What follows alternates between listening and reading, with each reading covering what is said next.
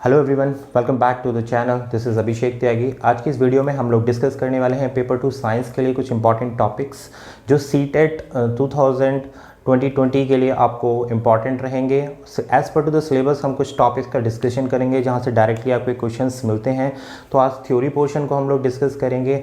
Video को last तक देखिएगा क्योंकि यहाँ से बहुत ही इंपॉर्टेंट क्वेश्चंस आपको निकल के आएंगे। टॉपिक है हमारा कंपोनेंट्स ऑफ फूड, यानी कि जो हमारे भोजन होता है उसके क्या क्या घटक होते हैं। देखिए यहाँ से बहुत सारे क्वेश्चन जनरेट होते हैं सीटेट में, और जितने भी वेरियस टीचिंग एग्जाम है जहाँ पर आपको साइंस का पोर्शन देखने के लिए मिलता है, चाहे वो यूपी टेट हो, सीटेट हो, केवीएस हो, DSSS भी हो, सभी में ये टॉपिक आपके लिए बहुत ही इंपॉर्टेंट रहेगा। तो इसको हम लेक्चर वाइज आगे फर्दर कंटिन्यू करेंगे। तो आज हम जो डिस्कस करने वाले हैं वो है हमारे पास कंपोनेंट्स ऑफ फूड, यानी कि भोजन के क्या क्या घटक होते हैं। देखिए भोजन जो है इसेंशियल कंपोनेंट्स है जो हमारी बॉडी को ज़रूरत होती है, और इसी इसेंशियल कंपोनेंट को हम क्या बोलते हैं, these essential components are known as nutrients, यानी कि जो पोषक तत्व होते हैं जिसकी बात कर रहे हैं। कंपोनेंट्स का मतलब होता है घटक, भोजन के जो घटक होते हैं, ठीक है। और इन कंपोनेंट्स को जो हमारी बॉडी रिक्वायर करती है तो that is known as nutrients. Nutrients की बात हम करें, देखिए न्यूट्रिएंट्स होता है, इसको हम बोलते हैं पोषक तत्व।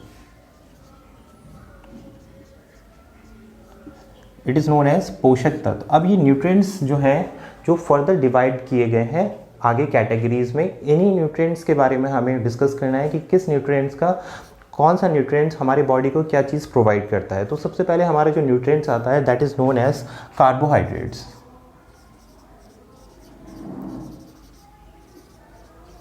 कार्बोहाइड्रेट्स, देखिए आप सभी को पता होगा कि कार्बोहाइड्रेट्स क्या होता है। इसको हम फर्दर इजी लैंग्वेज में डिस्क्राइब करेंगे तो आपको बहुत जल्दी से याद हो जाएगा कि इन कार्बोहाइड्रेट की क्या फंक्शनिंग है, क्या इनके एडवांटेजेस हैं ह्यूमन बॉडीज़ के अंदर।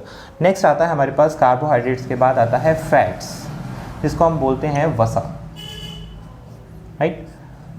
सेकेंड इज हो गया हमारे पास fat. Next is vitamins. Next is proteins. Next is minerals and last is water. तो ये जितने भी मैंने यहाँ पर कंपोनेंट्स लिखे हैं, दीज आर द न्यूट्रिएंट्स। ये हमारे भोजन में क्या होते हैं, पोषक तत्व होते हैं। पहला है हमारे पास कार्बोहाइड्रेट, सेकंड है हमारे पास फैट्स जिसको वसा बोल रहे हैं, vitamins, next is proteins, another one is mineral, another one is water. तो इन न्यूट्रिएंट्स से मिलके ही हमारा क्या बना होता है, फूड बना होता है, और यही हमारे लिए इसेंशियल यानी कि ज़रूरी है ह्यूमन बॉडी के लिए। अब इन सारे न्यूट्रिएंट्स को हम पॉइंट वाइज डिस्कस करेंगे, देखेंगे कि किस न्यूट्रिएंट्स का क्या रोल है हमारी बॉडी सिस्टम में। ओके, तो आज के इस वीडियो लेक्चर में हम लोग कवर करेंगे कि कार्बोहाइड्रेट्स और फैट के बारे में, इन दो टॉपिक्स के बारे में आज हम कवर करेंगे, और रिमेनिंग जो टॉपिक्स हैं वो नेक्स्ट लेक्चर में हम लोग डिस्कस करेंगे। देखिए ये वीडियो लेक्चर बहुत इंपॉर्टेंट होने वाला है क्योंकि जितने भी MCQs हम साइंस पेपर 2 के डिस्कस कर रहे हैं वहाँ से बहुत सारे क्वेश्चंस निकल के आएंगे आपके कंपोनेंट ऑफ फूड से। ओके, ये मैंने सिलेबस के अकॉर्डिंग आपको प्रिपेयर करके चल रहे हैं हम लोग, जिससे इजीली आप समझ पाएँ। यहाँ अगर आपने समझ लिया तो जितने MCQs हम फर्दर डिस्कस कर रहे हैं या कर चुके हैं वो आपके माइंड में परमानेंटली सेट हो जाएंगे। ओके, तो आज का जो हमारे पास टॉपिक रहेगा ये रहेगा हमारे पास कार्बोहाइड्रेट्स पढ़ेंगे and then we will studies fats known as. So carbohydrates पे हम लोग फर्स्ट जंप करते हैं। तो कार्बोहाइड्रेट्स क्या है इसको हम समझते हैं। देखिए कार्बोहाइड्रेट्स हमारे भोजन का एक महत्वपूर्ण कंपोनेंट्स है। इसको हम बोलते हैं एनर्जी गिविंग कंपोनेंट्स। देखिए ये बहुत ही इंपॉर्टेंट है, ये आपको पता होना चाहिए। एनर्जी गिविंग कंपोनेंट यानी कि जो हमारे खाना हम खाते हैं, भोजन जो हम खाते हैं उसमें जो हमें एनर्जी यानी कि जो ऊर्जा प्रदान करता है, तो वो कौन सा न्यूट्रिएंट्स होता है, वो कौन सा पोषक तत्व होता है जो हमें ऊर्जा प्रदान करता है, वो होता है हमारे पास कार्बोहाइड्रेट। इसीलिए हमने इसको क्या बोला है, एनर्जी गिविंग कंपोनेंट, ऊर्जा देने वाला घटक। किस चीज़ का घटक है ये, भोजन के घटक की बात चल रही है हमारी। Okay, carbohydrates is known as energy giving components, right. अब देखते हैं कार्बोहाइड्रेट्स को हमने दो पार्ट्स में डिवाइड किया है। First part is known as, carbohydrate is divided into two parts. First is known as simple carbohydrates, simple carbohydrate. देखिए बहुत ही इजी लैंग्वेज में हम लोग इसको लेके चलेंगे, कुछ भी कॉम्प्लिकेशन नहीं करेंगे जिससे आपको बहुत अच्छे से समझ में आए। और जो दूसरा पार्ट होता है that is known as complex carbohydrate.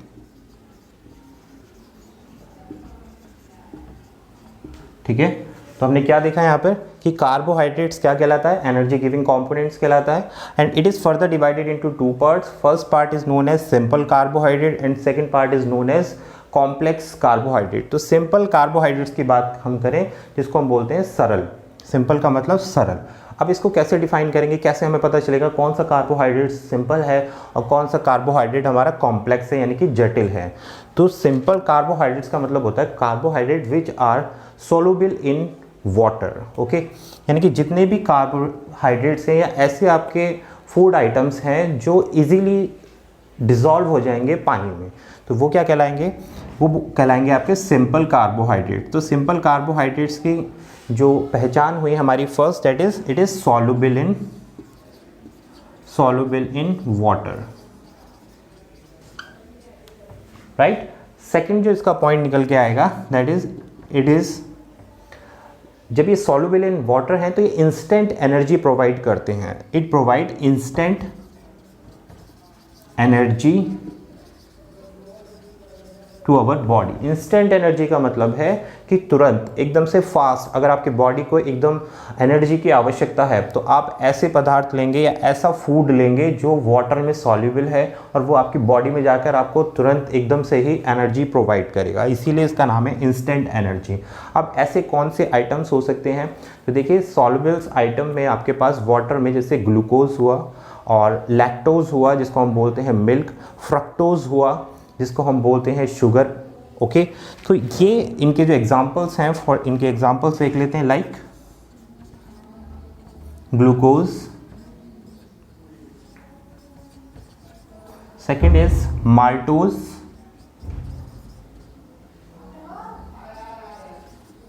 And maltose का मतलब होता है जो मिल्क होता है। मिल्क को हमने रिलेट किया है, तो मिल्क भी सॉल्युबल सब्सटेंस है, सॉल्युबल है हमारा, सॉल्युबल लिक्विड है। तो ये हो गया, first is glucose, second is आपका maltose and third one is fructose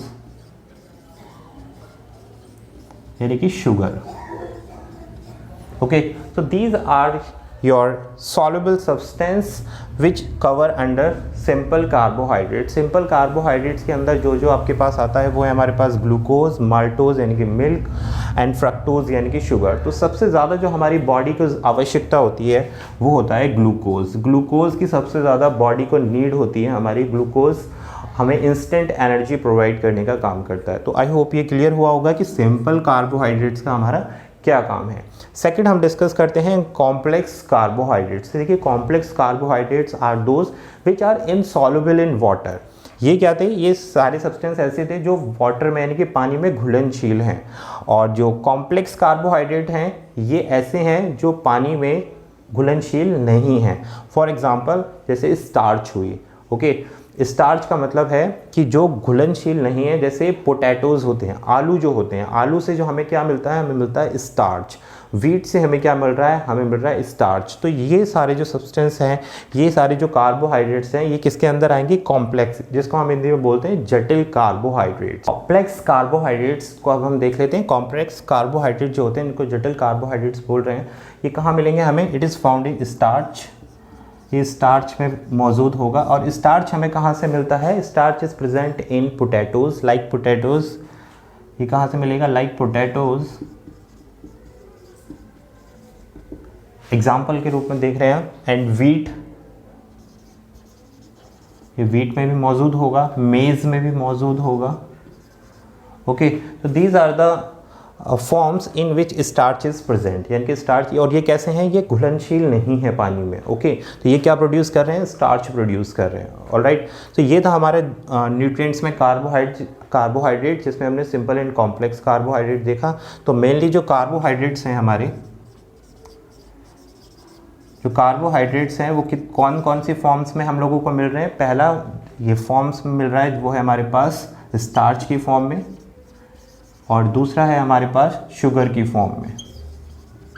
तो ये दो फॉर्म हो गई हैं जिसमें हमारे पास कार्बोहाइड्रेट हमें मौजूद होगा, पहले स्टार्च की फॉर्म में, दूसरा शुगर की फॉर्म में। शुगर की फॉर्म में यानी कि जो सॉल्युबल होगा, और वाटर में तो वो किस में चला जाएगा, सिंपल कार्बोहाइड्रेट्स में चले जाएंगे। स्टार्च यानी कि complex carbohydrate like potatoes, wheat, मेज, तो इनमें आपको क्या मिलेगा, कॉम्प्लेक्स कार्बोहाइड्रेट्स मिलेंगे। ऑलराइट, अब इसके बाद एक और इम्पॉर्टेंट टर्म होती है कार्बोहाइड्रेट में, जिसको हम बोलते हैं कॉम्प्लेक्स ही सेलुलोज, जिसको हम बोलते हैं। ओके,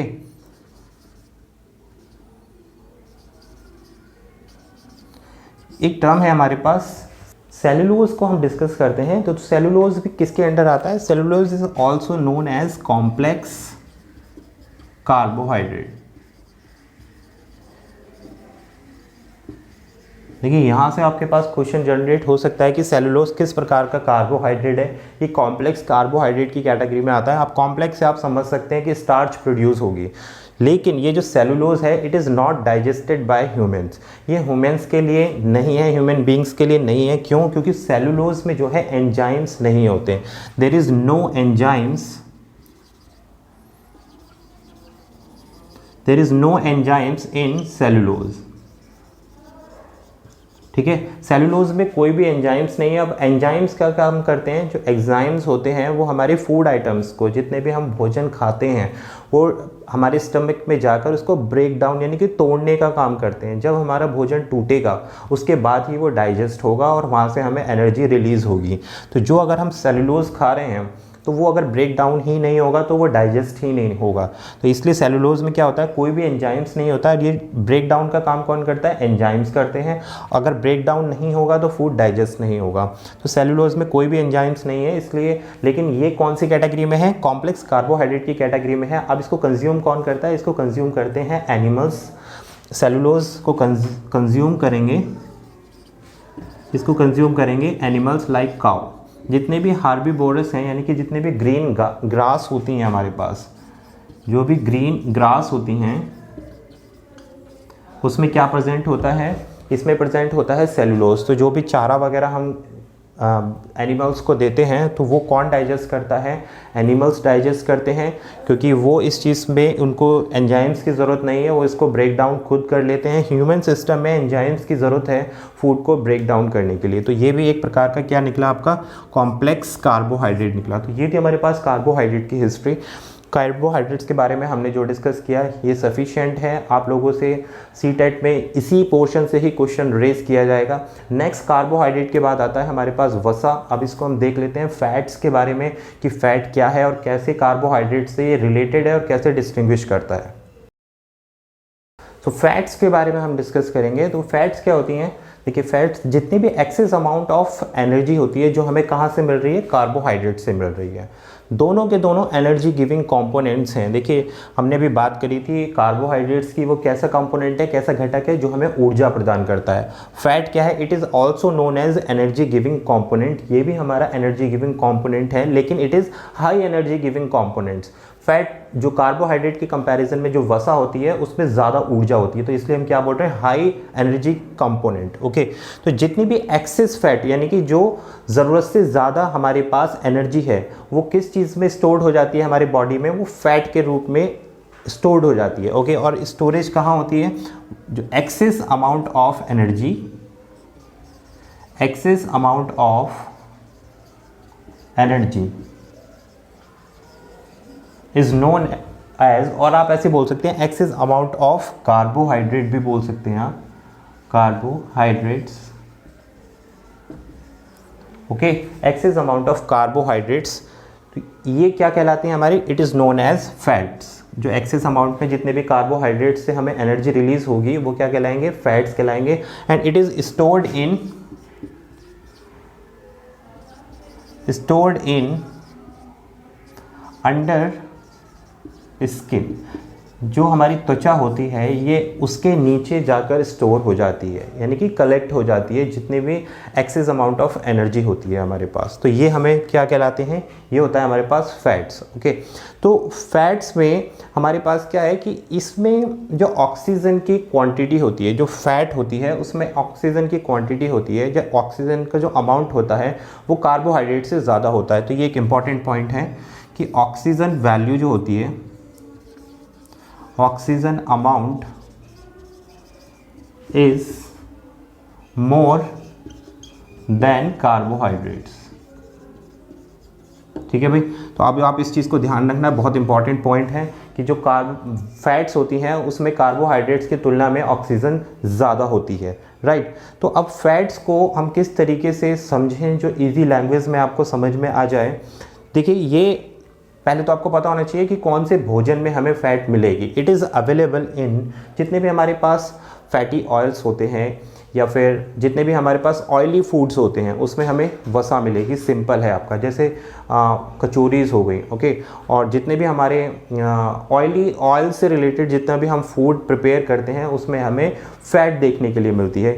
यानी कि जितना घी हो गया हमारे पास, बटर हो गया, उसमें क्या पाया जाएगा, उसमें हमारी पाई जाएगी फ़ैट पाई जाएगी।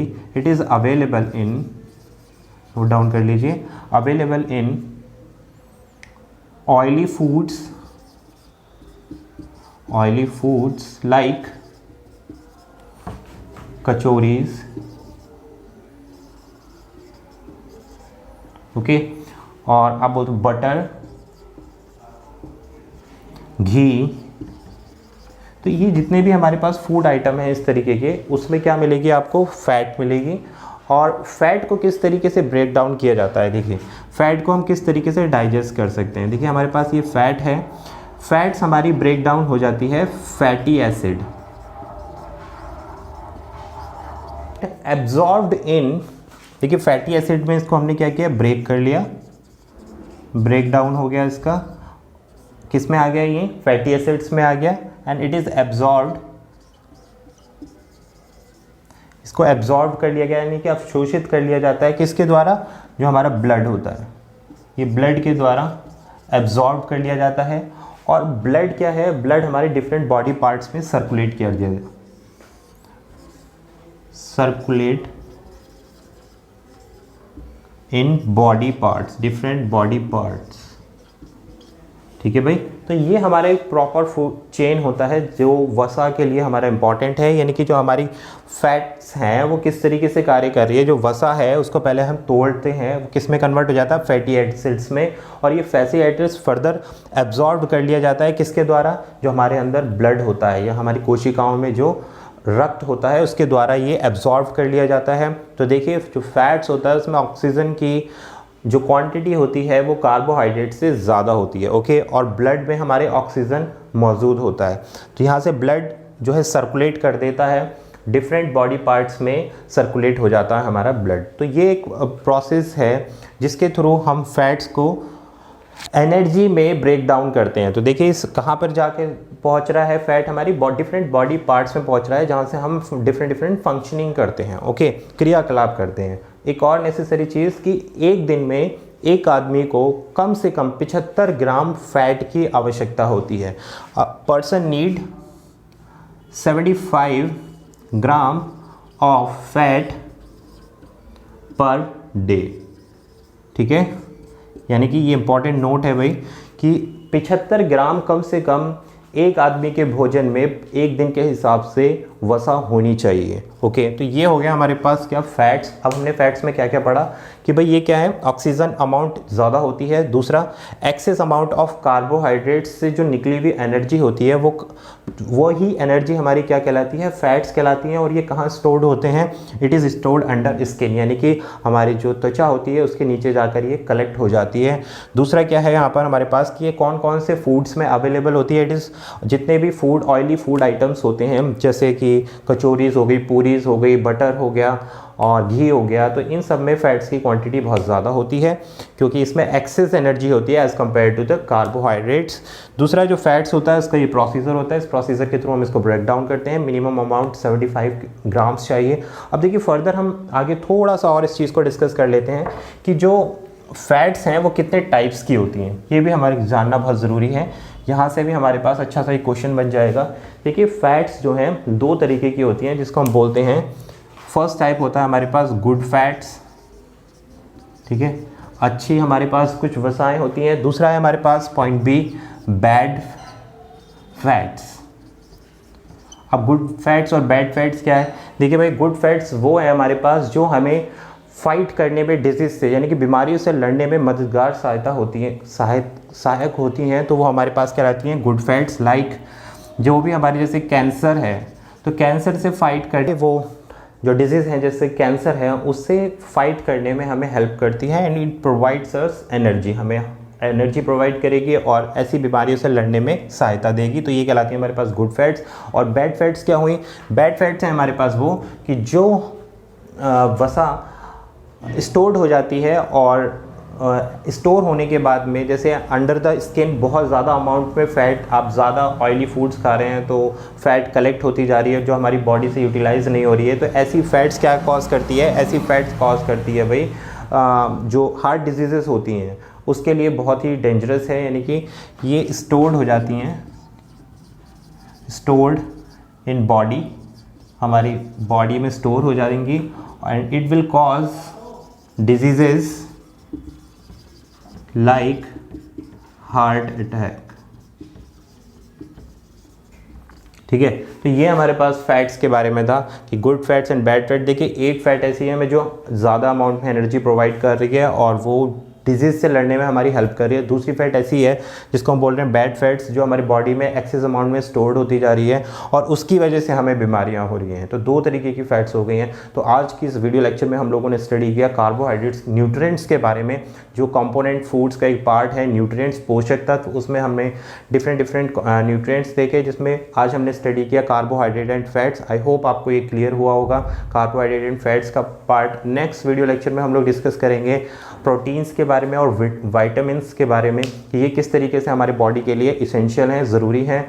और यहाँ से बहुत ही अच्छे क्वेश्चंस बनेंगे आपके जितने भी टीचिंग एग्जामिनेशंस हैं। I hope you like this lecture. अगर आपको पसंद आया हो तो यार कमेंट कीजिए, अगर कोई भी सजेशन हो कुछ भी इम्प्रूवमेंट के लिए तो कमेंट डाउन कीजिए, इसको फर्दर इंप्रूव करने की कोशिश करेंगे। Thanks for watching this lecture. Don't forget to like, share and subscribe. This was Abhishek Tyagi. Thanks for watching. Thank you.